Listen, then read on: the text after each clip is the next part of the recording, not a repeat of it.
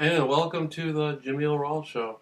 And today I want to go over education. Now, historically, God has been in the schools. People have had prayer in schools where they pray. They even have a sense of nationalism with the Pledge of Allegiance. In recent years, that's gone down. Spirituality has been removed out of the schools. And I believe because of that, that value of education within the schools has gone down. I'm speaking primarily of public schools. I know there are some other schools who may have prayer like Catholic school or whatnot, but uh, this is my take on the educational system and individuals who grew up going through the educational system. Now, when you're born, you're given a name. The moment you leave the moment you're conceived and you're born out of the mother, which people say you're born naked. And I don't believe that, because when somebody's born, their mother's holding them in their arms, or their father is, or a doctor is, somebody is. So when you're born within the arms of your mother, usually. And so they always say, you're born naked. You're not born naked. So anyhow, but the person's born, and when they're born, they're given an identity, a name. First name, last name, even the social security number, all that stuff on the birth certificate. But they're told that this is your name. This is your name. This is your name. And you grow up being told repeatedly that that's your name. So through neural messaging, that gets implanted into your mind. The individual is then given a language. English, Spanish, Italian, French, German, Japanese, Chinese, whatever place they're at in the world, they're given that language. Oftentimes also a religion. So here's your name, here's your language, here's your religion. And individuals get programmed through that. Then they're told, what's popular, what's not popular. So an individual who's growing up, they're being programmed with a sense of what music do I listen to. If you grow up in a family that listens to classical music, you'll probably listen to classical music. If you grow up, in the inner city, you might listen to hard rock, you might listen to rap, hip-hop. You might live in an area just because of the dynamics of the area. You grew up in Harlem in the 1930s. You might listen to jazz. So a sense of individuality is given to the individual. And very often do people actually create their own creations. They don't make their own thing. Very few people say, I created this philosophy of thinking. Or this is my language that I've created. I've created my language, or I created my interpretation of this historical subject.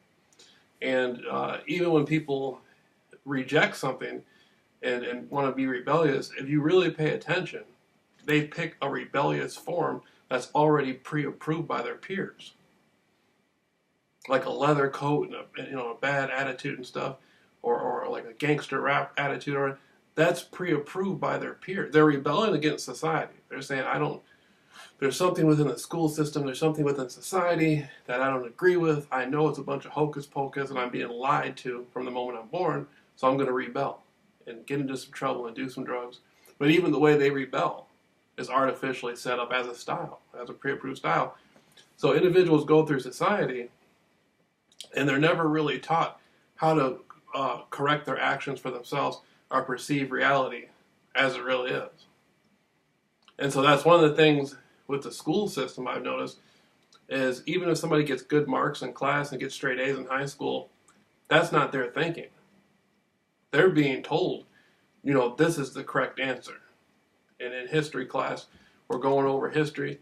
This is what happened in Nuremberg. And the individual might say, well, I don't see that. I don't see, we're looking at the Nuremberg trials, and I'm reading the historical documentation on it, and I'm watching the Nuremberg trials, I've been studying them, and my conclusion is a little bit different than what's being dictated in the classroom. So if you're right, you're still going to get a bad mark in school. You might be absolutely right. You might be the only person that ever walked through that professor or that teacher's classroom that found the truth. But you might fail the class just because you didn't respond correctly to the dictations of in the educational system. is set up so a teacher really cannot teach in his own way. He has to teach what the Board of Education teaches. If the Board of Education says this is what we want for every semester, we want this information coming through this grade, coming through ninth grade. We want this. You know, we talk about history class or the civil rights movement or the Civil War or whatever. We want this. And somebody might come along and say, I don't really believe John Wilkes Booth killed Abraham Lincoln. The story goes John Wilkes Booth was chased to some old barn somewhere and burned away. I don't believe that. And that might not have been what happened. But if you don't follow through with the teachers, you know, the model of what they're teaching from, then you're going to get some poor grades. So school isn't really set up for people to find the real truth or for people to learn. It's just set up to keep society going.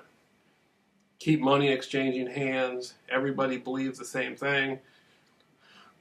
And if you don't fit in and you don't like it, then hopefully you'll end up on drugs somewhere or something. That's a lot of teenagers end up on drugs and end up in jail because they know they're being lied to, but that's okay though, because it's set up for that. That's cool.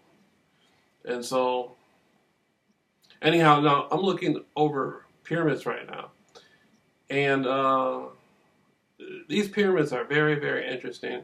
These are the pyramids in Giza, and there's a new video saying there is an underground city below the pyramids. But this isn't anything new. People have been saying this for many years. There is one man who wrote a book about 60, 70 years ago, and he said the secrets of the earth are in chambers below the pyramids. And it's obvious to me, it's very obvious to me, that these pyramids are older than the dynasties in Egypt. The dynasties from 5,000 years ago, 6,000 years ago, 3,000 years ago that went through Egypt. It's obvious that these pyramids are much older than that. I would say these pyramids are at least 20,000 years old. The big ones in Giza, the smaller ones might have came way after. But the three nice-sized pyramids, those are at least 20,000 years old. Then these underground chambers underneath the pyramids, this goes back to the fall, or the cataclysms that happened in the ancient world, pre-Diluvian society. In the Bible, they talk about a flood. You know, the Christians talk about Noah, and in the flood, the Jewish people had their own story about Gilgamesh, Gilgamesh is the same story of Noah, but the Talmudic Jews and the Jews from thousands of years ago, which I love studying Jewish mysticism and studying Genesis. But the Jews said that the Jewish people at that time said that when they did the book of Gilgamesh, that Gilgamesh had to basically flee because of the flood.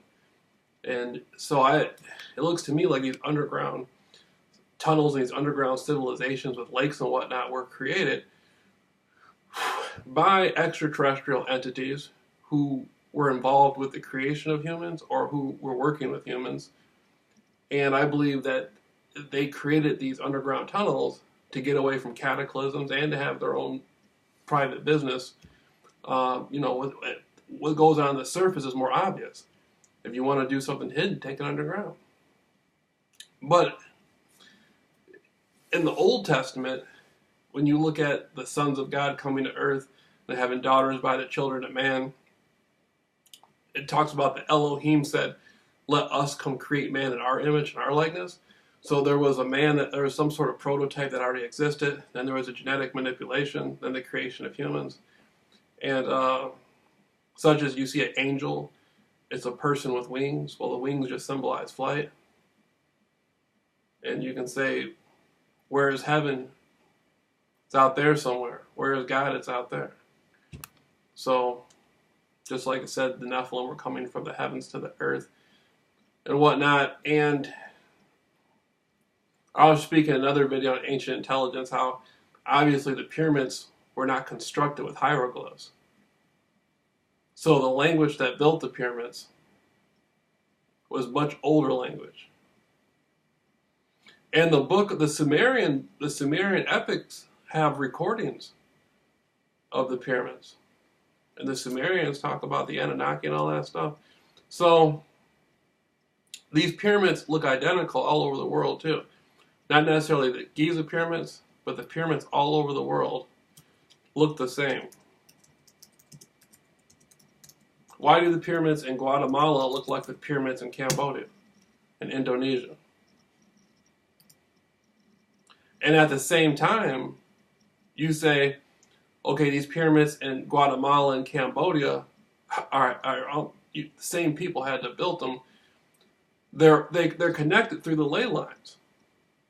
Geometrical lines connect all these pyramids together.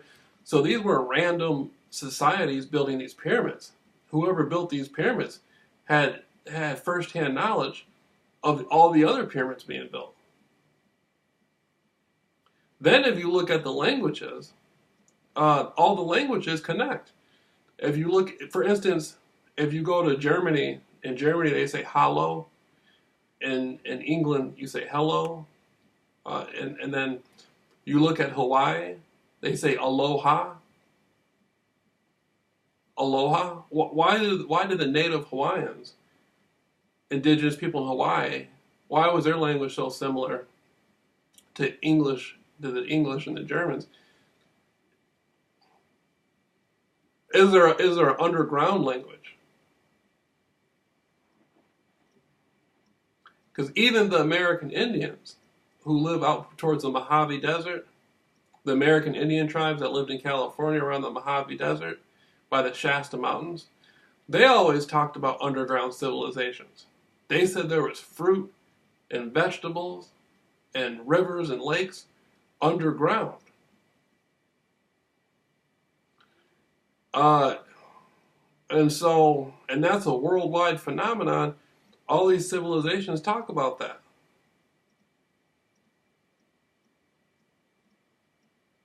So it seems like wherever these pyramids are, there must be entrances underground.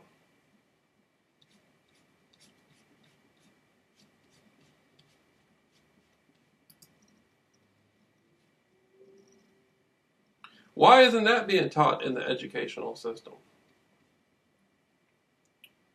Planetary history.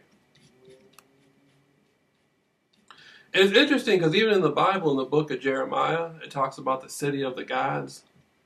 In the Quran, they talk about the abode of Allah, which is like a city in the sky, so to speak. But in Jeremiah, well, it might not necessarily be a city in the sky, but the abode of Allah from the Quran, I guess that's up for discussion. But the book of Jeremiah, they talk about how there were cities. God had cities before man was built.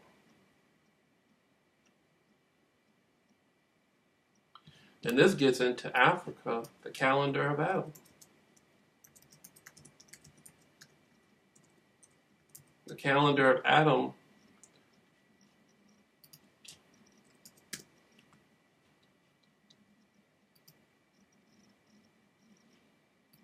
this is really fascinating stuff. I don't see why they don't teach this stuff. Oldest megalithic site. This is supposed to be like 50,000 years old. And it's for mining gold.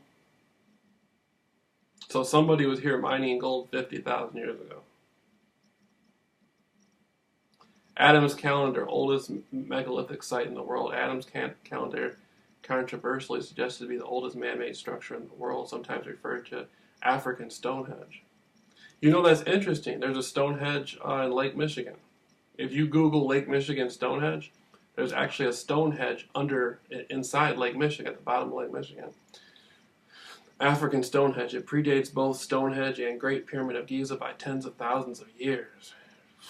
Located in Mpumalanga, South Africa. It is a standing stone circle about 30 meters in diameter and has been estimated by some accounts to be more than 75,000 years old. Oh, I thought it was about 50,000, 75,000 years old. People were mining for gold. Various astronomical alignments have been identified at the site, and it is possibly the only example of completely functional, mostly intact megalithic stone calendar in the world. That's interesting because usually these old sites, they're also connected to astrology, and in any area of civilization, historically, the society has always had a zodiac.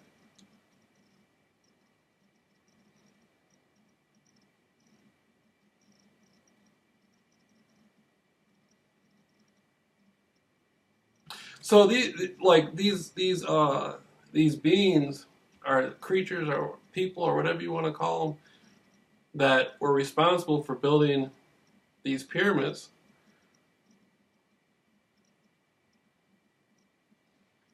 Known by Africa, birthplace of, that's what they call this site, the birthplace of the sun.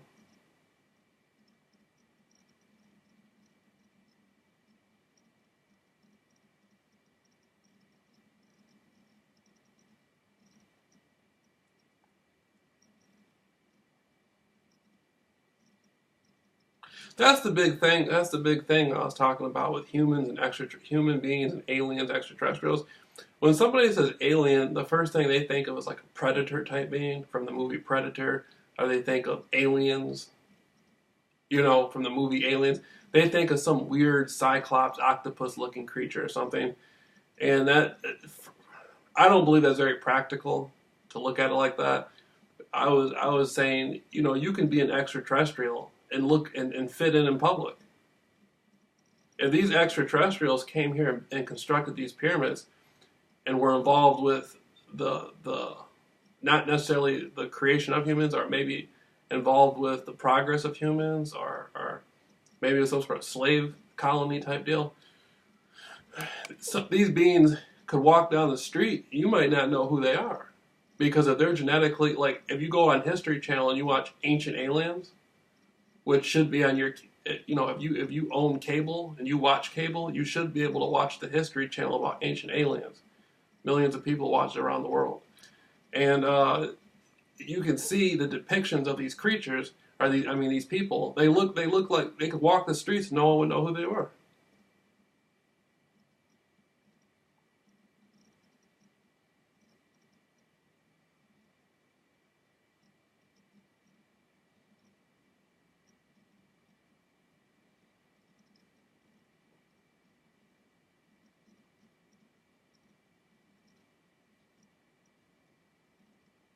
So why aren't people being told? I got a good question. Why isn't that open for discussion in the public educational system? Because I sat in school for years, and I never heard.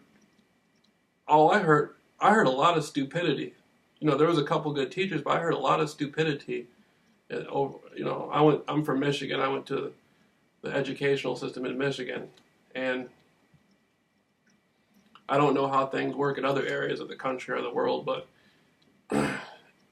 even the ancient mounds. Right here in Michigan, we have the ancient mounds.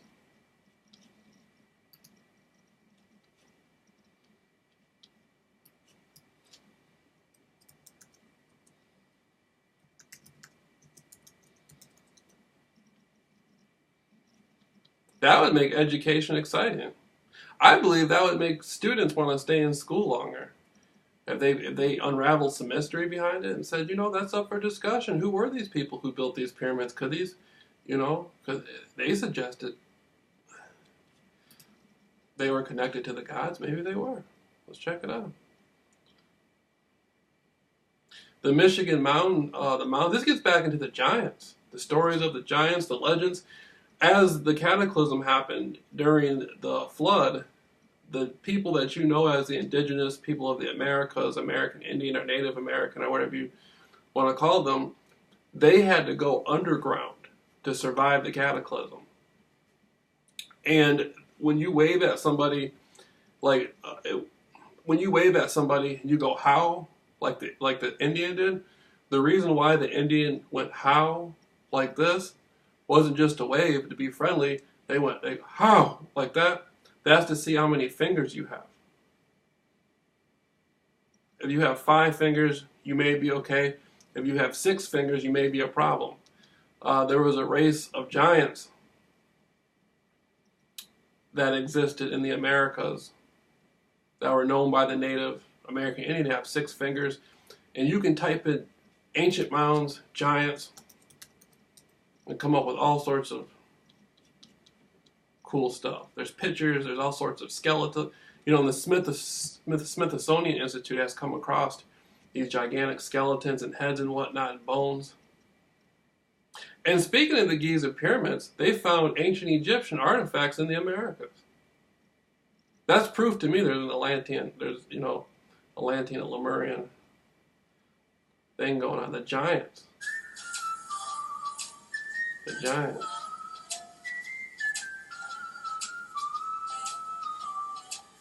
Indian skeleton found under Oklahoma Mound. These giants used to have conflicts with the American Indians. This is well documented stuff too. And all the ancient legends around the world say the same thing. It's not just American Indians. There's ancient legends from China. There's ancient legends in Europe. There's ancient legends in Africa. There's ancient legends from the going down to Australia with the Aboriginals, and they all speak of a race of giants.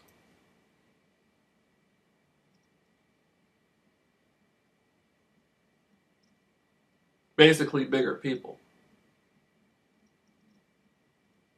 That gets into some interesting stuff about these pyramids and about these ancient sites. Why are the steps so big? Like the Temple of Ur.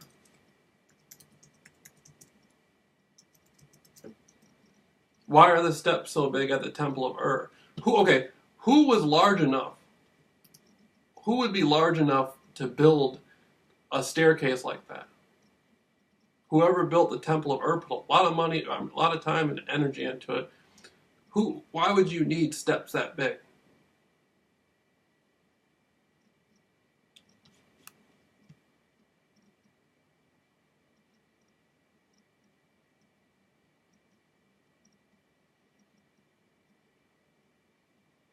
Then the older you go back, the more sophisticated the civilizations are.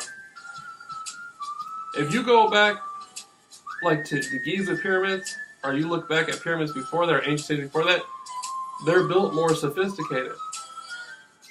You would think coming into now, we'd be more sophisticated. Yeah, they were more sophisticated back then because they had the intelligence behind it was greater.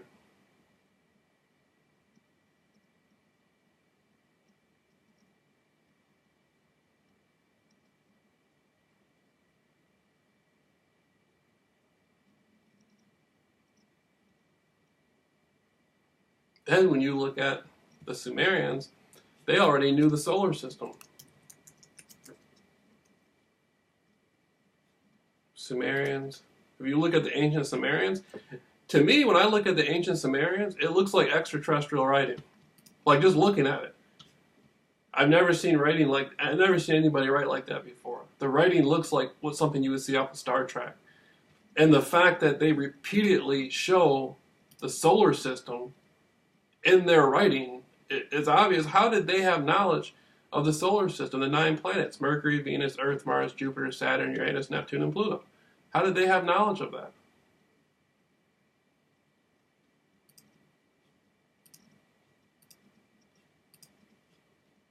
The primitive stupidity that you come across is mind-boggling. Even comic books. You know, I bought some comic books from the 70s, and the comic books, the comic books were well written than some of the science textbooks in today's world. Not joking.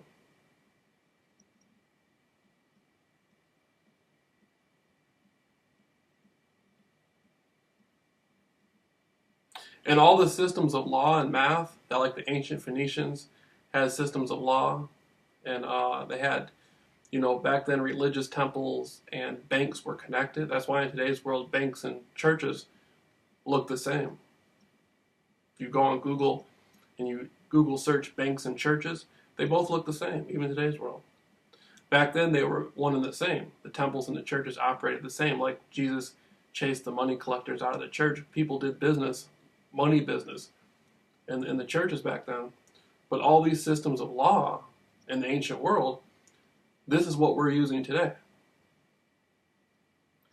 And this wasn't created by man. This wasn't created by humans. I believe that whoever was responsible for the genetic alterations, I think there was a primal being, and then there was some sort of genetic alteration. I think humans were brought into these cities. That's why, like the Egyptians, they don't even know where the pyramids came from. If you go and you ask a really good Egyptologist about ancient Egypt, and you ask him, can you show me where the Egyptians said that they built the pyramids? They're going to say no. Because the Egyptians didn't build the pyramids.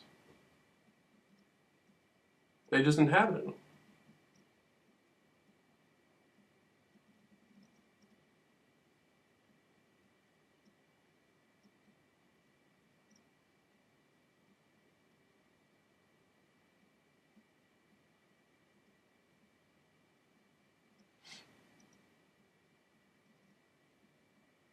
Then you get into the lizard people,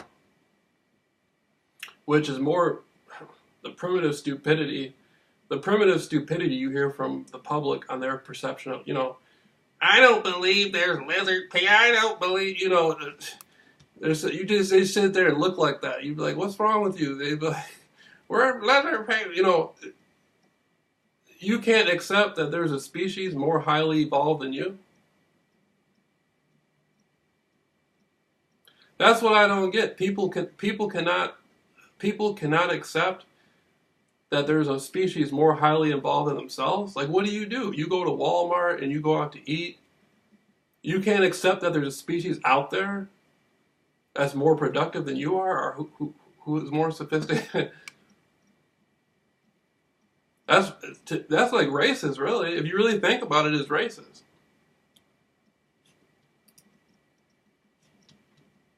You can't accept that there's a species out there who might be more evolved than you and who might inhabit the planet with you. So these lizard people are fascinating to me because this goes back, there's been depictions of lizard people going back to Samaria. There's been depictions of lizard people going back to Klaus Dana, the Inca and the Maya, and ancient Central American civilizations. They had old relics that are multiple thousands of years old with pictures of like lizard people and pictures of people in spacesuits and stuff.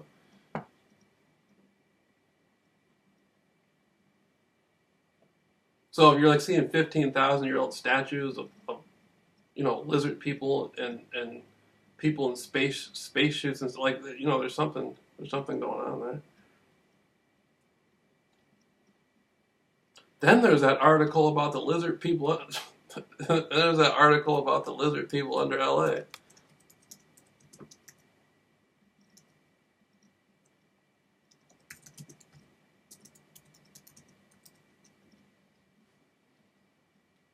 Lizard people catacomb city hunted. This was from the 1930s. Fascinating stuff. I just love that though. When you sit there and you get into, if you ever go to a lecture, or you ever involved in some sort of debate, and I'm not making fun of anybody. I'm just saying I've seen this over and over again through my experience of being a researcher. You come across people, they're like, I don't believe in any of that, and they don't even know who their mayor is. They don't even know who their vice president is.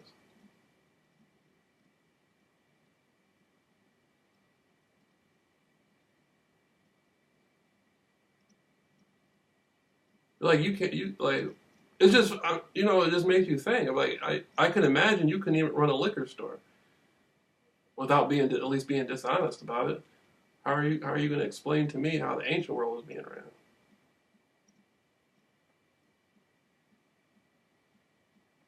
Yeah, that's a very prejudiced mindset to think that I would be the only being capable of some sort of intelligence higher than the animal life on this planet.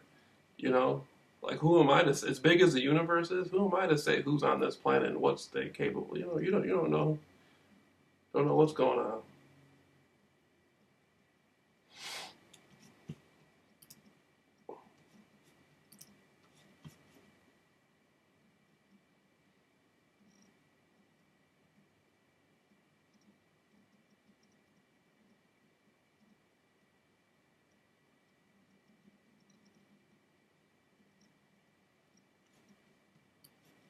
Okay, now the pyramids under Japan.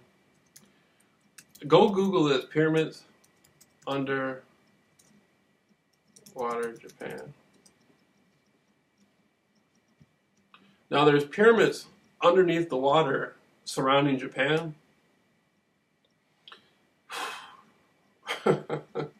You got to think,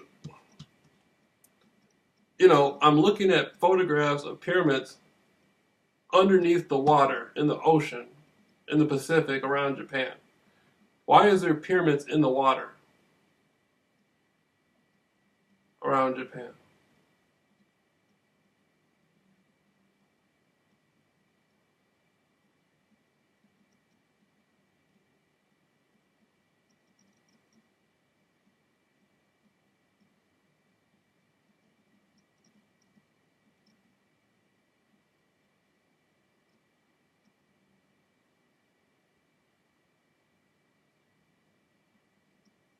I mean, most people would have trouble building a treehouse.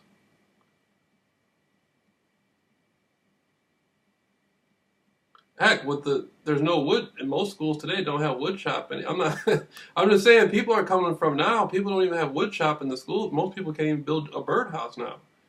So you're sitting here looking at these gigantic, huge civilizations under the water.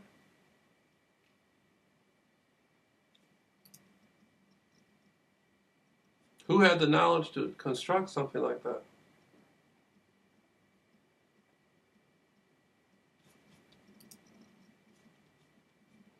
Like the Giza pyramids, the alignment for the Giza pyramids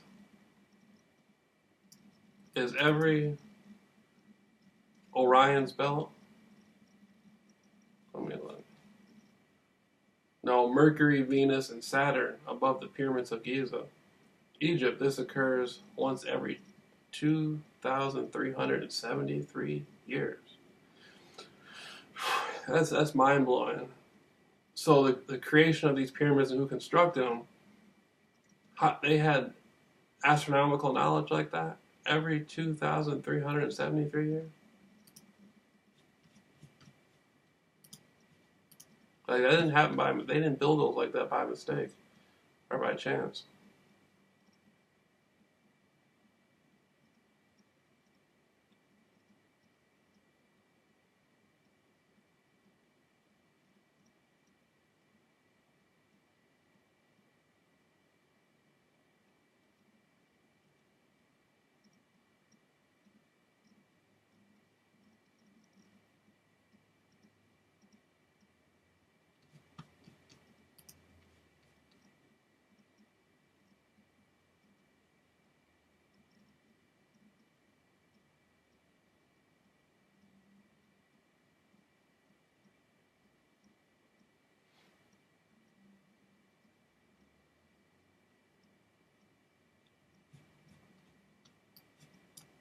See?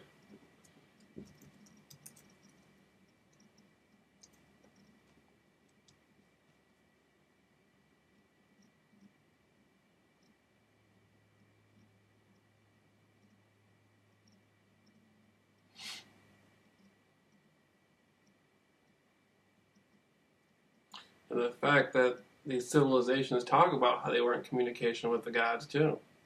That's another thing about it.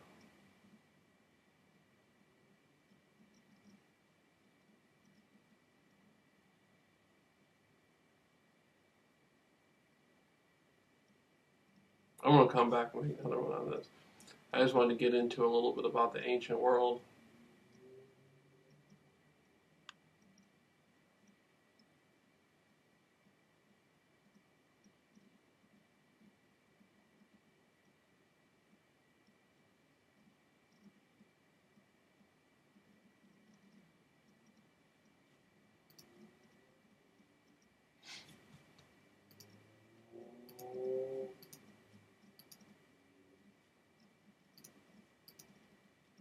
So these beings could just be out there walking around. Like you talk about ancient extraterrestrials and they look like people. There could be people walking around the streets who know about all this stuff.